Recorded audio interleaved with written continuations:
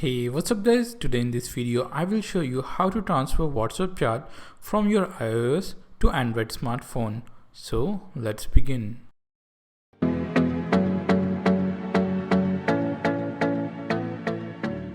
The first step is to click the downloads link given in the description of the video and it will take you to this page. This is a tool that helps you to transfer WhatsApp chat from one smartphone to another.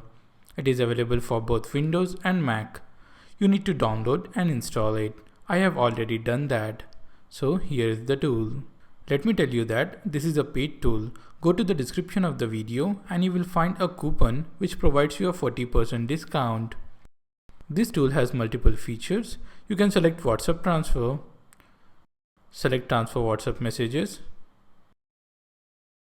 Now connect your iPhone to the computer and also connect Android to the computer using the USB cable.